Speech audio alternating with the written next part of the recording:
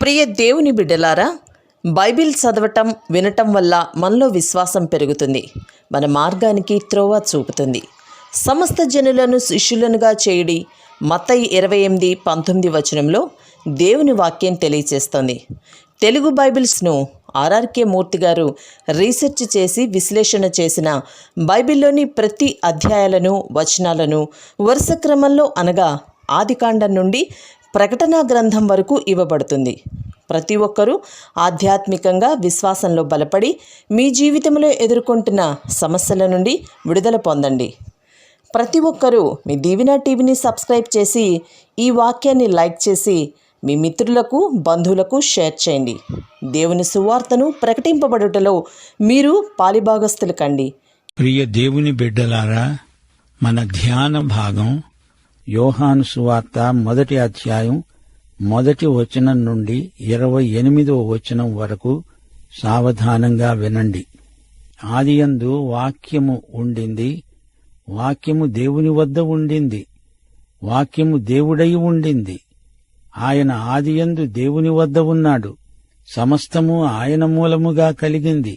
కలిగి ఉన్నదేది ఆయన లేకుండా కలుగలేదు. ఆయనలో జీవమున్నది, ఆ జీవమే మనుష్యులకు వెలుగు. ఆ వెలుగు చీకటిలో ప్రకాశిస్తున్నది గాని చీకటి దానిని గ్రహించకుండానే ఉంది. యోహాను సువార్త 1 నుండి 12వ అధ్యాయం వరకు వెలుగు, 13 నుండి 17వ అధ్యాయం వరకు ప్రేమ, 18 నుండి 21వ అధ్యాయం వరకు జీవం. వెలుగు, ప్రేమ, జీవం అనే 3 అంశాలతో యోహాను సువార్త నిండి ఉంది. 1వ అధ్యాయంలో వాక్యం దేవుడే. వాక్యం శరీరం ధరించింది. వాక్యం దేవుణ్ణి బయలుపరిచింది. యేసుక్రీస్తు ఆదియందున్న వాక్యం. యేసుక్రీస్తు దేవునితో ఉన్న వాక్యం. వాక్యం దేవుడే అయి ఉన్న క్రీస్తే. గ్రీకు వేదాంతంలోని లోగోస్ మాత్రమే కాదు, హెబ్రీ భాషలోని మెమ్రా వాక్యమిది. పాత నిబంధనలో యెహోవా అనే మాట ఎవరూ ఉచ్చరించలేరు. ఆ పేరు మహాపవిత్రం. ఆయనే ఆదియందున్న వాక్యం. ఆదికాండం కూడా ఆదియందు దేవుడు అనే మాటలతో ఆరంభమవుతుంది. ఆదియందు దేవుడు భూమి ఆకాశములను సృజించాడు. ఆది అంటే నిత్యత్వం నుండి. అది ఎన్నేండ్లో ఎవరు లెక్కించగలరు? దేవుడు నిత్యుడు. ఆయనకు ఆది లేదు, అంతమూ లేదు. అన్ని కాలాలలో కాలానికి ముందు అనాదిగా ఉన్న వాక్యమిది. ఆయన దేవుడు. ఆయన దేవుని వద్ద ఉన్నాడు. యేసుక్రీస్తు దేవుడు. 14వ వచనం, ఆ వాక్యము శరీరధారి అయి కృపాసత్య సంపూర్ణుడుగా మన మధ్య నివసించింది. తండ్రి వలన కలిగిన అద్వితీయ కుమారుని మహిమవలె మనము ఆయన మహిమను కనుగొన్నాము. వాక్యం శరీరంగా పుట్టింది అని అర్థం. దేవుడు ప్రాచీనుడు, ఆద్యంతరహితుడు. బెత్లెహేములో కన్యక గర్భాన పుట్టాడు. ఈ పుట్టుక విధానాన్ని యోహాను ప్రస్తావించలేదు. నిత్యత్వంలో ఈ కాలమంతా ఒక చిన్న బిందువు. వాక్యం మన మధ్య నివసించింది. శరీరం అనే గుడారంలో ఉన్నది. 2 కొరింథీ 5వ అధ్యాయం 1వ వచనంలో భూమి మీద గుడారమైన మన నివాసం ఇదే శరీరం. ఆయన శరీరము ధరించాడు అంటే తనను తాను మితులకు లోబరుచుకున్నాడు. అయితే ఆయన కృపాసత్య సంపూర్ణుడు. దేవత్వమంతా ఆయనలో ఉంది. 18వ వచనం, ఎవడూ ఎప్పుడైనా దేవుణ్ణి చూచి ఉండలేదు. తండ్రి రొమ్మున ఉన్న అద్వితీయ కుమారుడే ఆయనను బయలుపరిచాడు. దేవుడు ఆత్మ. ఆయనను ఆరాధించేవారు ఆత్మతో సత్యముతో మాత్రమే ఆయనను ఆరాధించాలి. యోహాను సువార్త 4వ అధ్యాయం 24వ వచనంలో ప్రభు సమరయురాలితో ఈ మాట అన్నాడు. దేవుడు ఆత్మ గనుక ఎవరూ ఆయనను చూడలేరు. పాత నిబంధనలో కూడా దేవుడు ఎవరికీ కనపడలేదు. యాకోబు దేవుణ్ణి నేను చూచాను అన్నాడు గాని నిజంగా అతడు చూచింది దేవుణ్ణి కాదు, దేవదూతను. యాకోబు ఆ దూతతో కుస్తీ పట్టాడు. ఆయన అనగా యేసు దేవుని అద్వితీయ కుమారుడు. అద్వితీయ దేవుడాయనే. తండ్రి రొమ్మున ఉన్నవాడు, తండ్రి వక్షస్థలం నుంచి వచ్చినవాడు తండ్రి తలలో నుండి రాలేదు. అలాగైతే దేవుని జ్ఞానం మాత్రమే కనిపించేది. తండ్రి పాదముల నుండి వస్తే సేవకుడయ్యేవాడు. తండ్రి చిత్తమును బట్టి దేవుని సేవకుడు.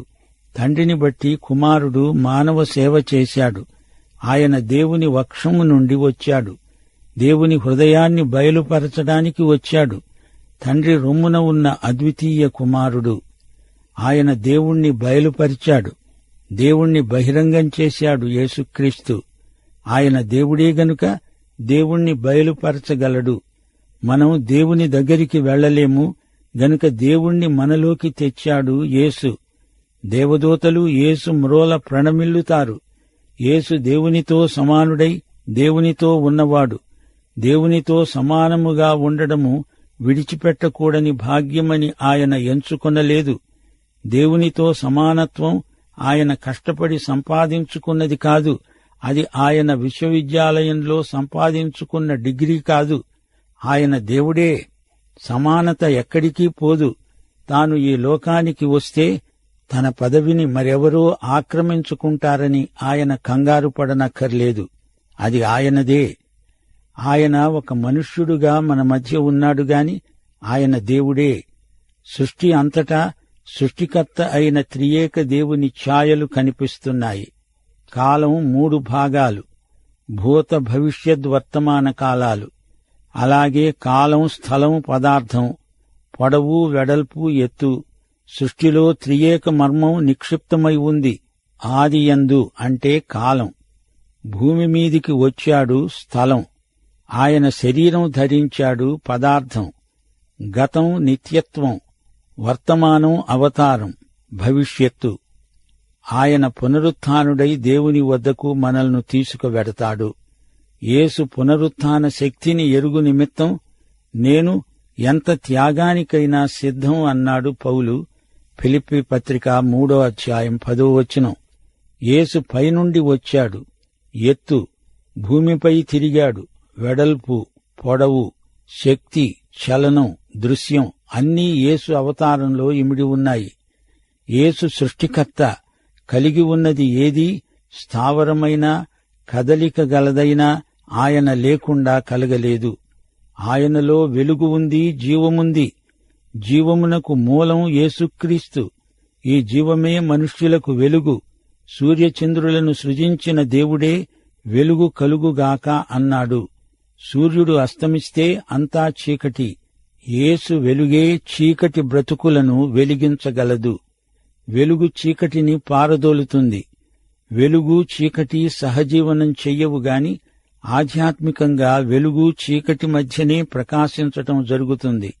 6వ వచనం. దేవుని వద్ద నుండి పంపబడిన ఒక మనుష్యుడున్నాడు. అతని పేరు యోహాను. అతని మూలముగా అందరూ విశ్వసించేటట్లు అతడు ఆ వెలుగును గూర్చి సాక్ష్యం ఇవ్వడానికి సాక్షిగా వచ్చాడు. అతడు ఆ వెలుగై ఉండలేదుగాని ఆ వెలుగును గూర్చి సాక్ష్యం ఇవ్వడానికి అతడు వచ్చాడు. నిజమైన వెలుగున్నది. అది లోకములోకి వస్తూ ప్రతి మనుష్యుణ్ణి వెలిగిస్తున్నది. ఆయన లోకములో ఉన్నాడు. లోకము ఆయన మూలముగా కలిగింది గాని లోకము ఆయనను తెలుసుకోలేదు. చూచారా, లోకము చీకట్లో ఉంది. అది దట్టమైన ఆధ్యాత్మిక అంధకారం. ఈ రోజున కూడా లోకంలోని చీకటి మనుషులు యేసును చూడలేకపోతున్నారు. ఎందరో నాస్తిక మనస్తత్వం గలవారున్నారు. క్రైస్తవ నాస్తికులు కూడా ఉన్నారా అనిపిస్తుంది.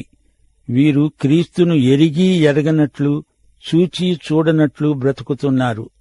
అవిశ్వాసం, అల్పవిశ్వాసం క్రైస్తవ సంఘాలలోకి రవాణా అయి వస్తోంది. లోకము యేసును ఎరగదు.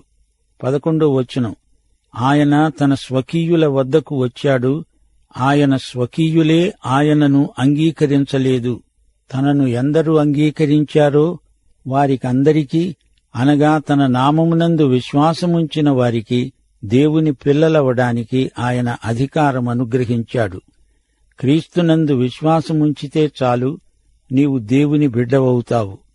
విశ్వసించటము అంటే నీ పూర్తి భారం ఆయన మీద మోపి నీవు నిశ్చింతగా హాయిగా ఉండిపోవాలి. ఆయన నిన్ను మోయగలడని నమ్మకం నీకుండాలి.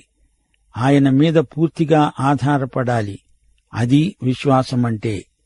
వారు దేవుని వలన పుట్టిన వారే గాని రక్తము వలననైనా, శరీరేచ్ఛ వలననైనా, మానుష్యేచ్ఛ వలననైనా పుట్టినవారు కారు.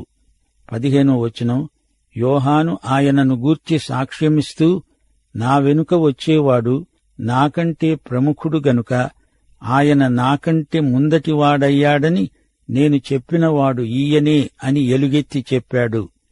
ఆయన పరిపూర్ణతలో నుండి మనమందరము కృప వెంబడి కృపను పొందాము. ధర్మశాస్త్రము మోషే ద్వారా అనుగ్రహించబడింది. కృపా సత్యము యేసుక్రీస్తు ద్వారా కలిగాయి. యోహాను సువార్తలో పేర్కొనబడిన సౌవార్తిక ఆశీర్వాదాలలో మొట్టమొదటిది దేవుని బిడ్డలవడం, అంటే దేవుని కుటుంబములోకి పుట్టడం. దేవుని కుటుంబములోకి పుట్టి యేసుకు తమ్ముళ్లము చెల్లెళ్లము అవుతున్నాము. మన కుమారత్వము, దేవుని పితృత్వము యేసు రక్తము ద్వారా నూతన జన్మయందు మనకు ప్రాప్తించాయి. 19వ వచనం, బాప్తిస్మకుడైన యోహాను సాక్ష్యం. నీవెవడవని అడగడానికి యూదులు యెరూషలేము నుండి యాజకులను, లేవీయులను యోహాను నొద్దకు పంపగా అతడు ఇచ్చిన సాక్ష్యమిదే. అతడు ఎరుగననక ఒప్పుకున్నాడు. క్రీస్తును కాను అని ఒప్పుకున్నాడు.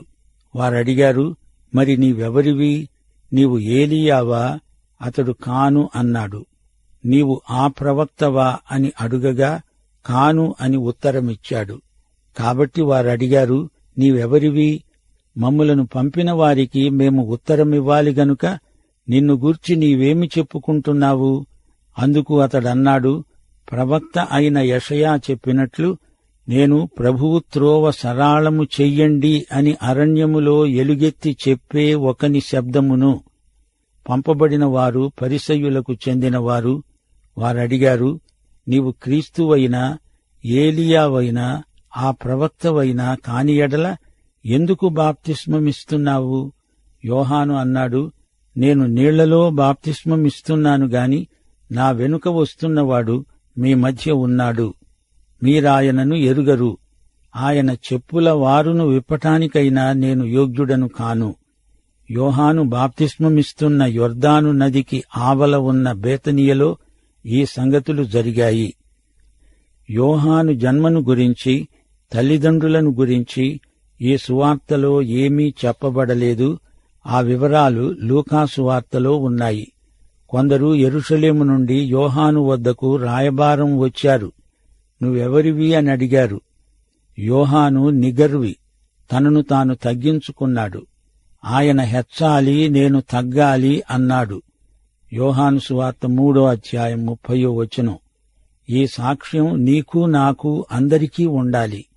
నీవు మెస్సీయావా అని అడిగితే కాను అన్నాడు. నేను ఏలియాను కాను అని కూడా అన్నాడు. ద్వితీయోపదేశకాండం 18వ అధ్యాయం 15వ వచనంలో వాగ్దానం చేయబడిన మోషే లాంటి ఆ ప్రవక్తను కాను. ఇంతకు తానెవరైనట్లు? నేను ఒక స్వరమును, ఒక శబ్దమును అంటున్నాడు యోహాను. క్రీస్తు వాక్యం, బాప్తిస్మకుడైన యోహాను శబ్దం. యోహాను సందేశం అతనికంటే గొప్పది. నేను, నీవు అంతే. యేసుది వాక్యం, మనది శబ్దం మాత్రమే. ప్రభువు మార్గము సరళం చెయ్యండి అనే శబ్దమే తాను. ఎంత వినయం, ఎంత నమ్రత! అరణ్యములో ఎలుగెత్తి చెప్పే ఒకని శబ్దం. ప్రభువు రాకడకు సిద్ధపడండి, మీ వంకర జీవితాలను సరిచేసుకోండి. 1 యోహాను 1వ అధ్యాయం 6వ వచనం. ఆయనతో కూడా సహవాసము గలవారమని చెప్పుకొని చీకటిలో నడిచిన ఎడల మనము అబద్ధమాడుతూ సత్యమును జరిగించకుండానే ఉంటాము. యోహాను యెషయా 40వ అధ్యాయం 3వ వచనం నుండి ఉటంకిస్తున్నాడు. ఆలకించండి, అడవిలో ఒకడు ప్రకటిస్తున్నాడు. ఎట్లనగా, అరణ్యములో యెహోవాకు మార్గము సిద్ధపరచండి, ఎడారిలో మా దేవుని రాజమార్గము సరాళము చెయ్యండి. వచ్చిన రాయబారులన్నారు, అది సరే, నీవు ఎవరివి కానప్పుడు ఎందుకు బాప్తిస్మమిస్తున్నావు? యోహాను అన్నాడు, నేను నీళ్లలో బాప్తిస్మమిస్తున్నాను. నాకంటే ప్రముఖుడు వస్తున్నాడు. ఆయన అగ్నిలో పరిశుద్ధాత్మలో బాప్తిస్మమిస్తాడు. అగ్ని అంటే తీర్పు, లోకం మీదికి తీర్పు. ఆత్మ బాప్తిస్మం పెంతెకోస్తు సంఘటన. ఆయన చెప్పుల వారును విప్పటానికి కూడా నేను యోగ్యుడను కాను అన్నాడు యోహాను. ఈ వ్యక్తిని బాప్తిస్మకుడైన యోహాను అని వ్యవహరిస్తాము. ఇతడు నీటి బాప్తిస్మకుడు మాత్రమే కాని యేసు పరిశుద్ధాత్మ బాప్తిస్మకుడు, అగ్ని బాప్తిస్మకుడు. శిష్యుడు గురువుకు సేవ చేస్తాడు గాని చెప్పులు మోయడు, చెప్పులవారు విప్పడు. గాని సేవకుడు తన యజమాని పాదరక్షల వారును విప్పుతాడు. దానికి కూడా నేను యోగ్యుణ్ణి కాను అంటున్నాడు యోహాను. దాసుణ్ణి కాదు, దాసానుదాసుణ్ణి అంటున్నాడు. నిత్యత్వములో నుండి వచ్చిన యేసు భౌగోళిక చారిత్రక మితులకు తనను తాను లోబరుచుకున్నాడు. యోర్దాను నది అవతల బేతనియకు వచ్చాడు. ఆ మరునాడు ఏం జరిగింది అంతా రాస్తున్నాడు అపొస్తలుడైన యోహాను. ఆదియందు భూమి ఆకాశములను సృజించిన దేవుడు యేసుక్రీస్తుతో కొత్త ఆరంభం చేశాడు. దేవుని రక్షణ క్రీస్తునందు నూతన సృష్టి. యోహాను తాను రాసిన ఈ సువార్త గ్రంథంలో యేసుక్రీస్తు దేవత్వాన్ని నిరూపించడానికి పూనుకున్నాడు. యేసు చేసిన అద్భుతాలు, ఆయన ప్రబోధాలు, ఆయనను వ్యక్తిగతంగా ఎరిగిన వారి సాక్ష్యము యేసే దేవుడని రుజువు చేస్తాయి. యోహాను సువార్త 7వ అధ్యాయం 46వ వచనం, ఆ మనుష్యుడు మాట్లాడినట్లు ఎవడూ ఎన్నడూ మాట్లాడలేదు అని బంట్రౌతులు సాక్ష్యమిచ్చారు. యేసు దేవుని కుమారుడు అని బాప్తిస్మకుడైన యోహాను, నతనయేలు, పేతురు, స్వస్థత పొందిన పుట్టుగుడ్డివాడు, మార్తా, తోమా, అపొస్తలుడైన యోహాను సాక్ష్యమివ్వడమే కాదు, యేసు తానే అన్నాడు, నేను దేవుని కుమారుణ్ణి. యోహాను సువార్తలో పలు సందర్భాలలో పాత నిబంధన వచనాలు ఉటంకించబడ్డాయి. రబ్బీ, నీవెక్కడ కాపురమున్నావు అని అడిగితే వచ్చి చూడు అన్నాడు యేసు. 67 సార్లు ఈ సువార్తలో చూడవలసినవి ఉన్నాయి, 58 వినవలసినవి ఉన్నాయి. ఆయన క్రియలు చూడాలి, ఆయన మాటలు వినాలి. యేసు సూచక క్రియలు చేశాడు, పరమార్థాన్ని బోధించాడు. విజేతగా మృత్యుంజయుడై సాక్షాత్కరించాడు. ఈ సువార్త అంతటా యేసు రక్షకుడై మనకు సాక్షాత్కరిస్తున్నాడు. యోహాను సువార్త 1వ అధ్యాయం 1 నుండి 14వ వచనం వరకు సృష్టికర్త అయిన యేసును చూస్తున్నాము. వెలుగు, జీవము అనే 2 ప్రాముఖ్య లక్షణాలు గలిగినవాడు సాక్షాత్తు దేవుడే. పాత నిబంధనలో మోషే ఆదికాండంలో పాత సృష్టిని గురించి రాశాడు. ఇక్కడ యోహాను కొత్త సృష్టిని పరిచయం చేస్తున్నాడు. 2 కొరింథీ 5వ అధ్యాయం 17వ వచనం, ఎవడైనా క్రీస్తునందున్న ఎడల వాడు నూతన సృష్టి. యేసు సృజనాత్మకమైన వాక్యం, యేసు సజీవ వాక్యం, తండ్రిని మనకందరికీ బయలుపరిచిన వాక్యం. తాను చేసిన సూచక క్రియల ద్వారా యేసు సృష్టికర్తగా తన శక్తిని, మహిమను బయలుపరిచాడు. నమ్మదగిన సృష్టికర్త. 1 పేతురు 4వ అధ్యాయం 19వ వచనం, దేవుని చిత్త ప్రకారము బాధపడేవారు సత్ప్రవర్తన గలవారై నమ్మకమైన సృష్టికర్తకు తమ ఆత్మలను అప్పగించుకోవాలి అనే పాఠం మనం నేర్చుకుంటాము. యేసు రక్షకుడుగా వచ్చాడు. ఆయన కృపాసత్య సంపూర్ణుడై మన మధ్య నివసించాడు. ధర్మశాస్త్రం కాదు, తీర్పు కాదు, యేసునందు కృపా సత్యములు నిండి ఉన్నాయి. యేసు తండ్రిని బయలుపరిచాడు. తనను విశ్వసించిన వారికి పరిశుద్ధాత్మనిచ్చాడు. ఆయన లోక పాపమును శిలువపై మోసిన దేవుని గొర్రెపిల్ల. పాత నిబంధన బలులు యూద ప్రజల పాపాలను తాత్కాలికంగా కప్పాయి. కాని క్రీస్తు రక్తం లోక పాపమంతటినీ పరిహరించింది. రక్షణ లేని ప్రజలు యేసు ప్రబోధాలు గ్రహించలేరు. నేనే దేవాలయమును, నూతన జన్మ పొందు, జీవజలమిస్తాను, నా శరీరం తినండి, రక్తం తాగండి అంటే ఈ సాంకేతిక భాష ప్రకృతి సంబంధులైన వారికి అర్థం కాదు. పరిశుద్ధాత్మ లేనిదే ఈ సత్యాలు మానవ బుద్ధికి గోచరము కావు. యోహాను సువార్తలోని అద్భుతాలు 7 ఈ సువార్తలో రాయబడి ఉన్నాయి. నీళ్లు ద్రాక్షరసంగా మార్చాడు, ప్రధాని కుమారుణ్ణి బాగుచేశాడు, 38 సంవత్సరాల రోగిని స్వస్థపరిచాడు, 5,000 మందికి ఆహారం పెట్టాడు, సముద్రం మీద నడిచాడు, గుడ్డివాడి కండ్లు తెరిచాడు, చచ్చిన లాజరును బ్రతికించాడు. యేసు పునరుత్థానుడైన తర్వాత చేపల వల తీరానికి లాగించాడు. దేవుడు నిన్ను సమృద్ధిగా దీవించునుగాక. ఆమేన్.